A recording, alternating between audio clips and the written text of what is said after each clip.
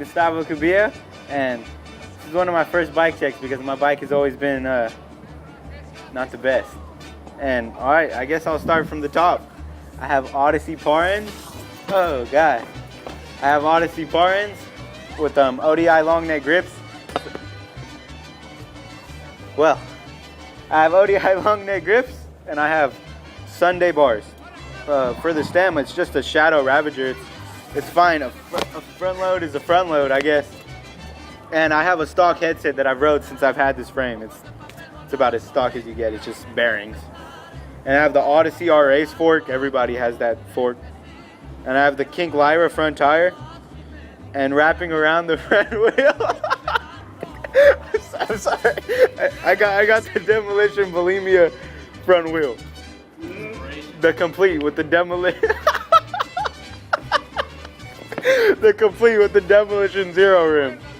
And I also have the Demolition Bulimia front hub guard with a Hoffman peg. It's purple. And let me move this around so you guys could see my drivetrain. Keeping me locked. I can't do this. Fuck. Let's restart this bullshit. Alright, fuck. I have Fit Mac pedals, the sealed ones, so they're not all rattly and shit. And I have E-Claw Tibia cranks, and I don't really go off anything too big, but they hold up fine. And I have the Shadow interlock chain. It's broke on me like 3 times. It's still a good fine chain though. I have this Haro sprocket.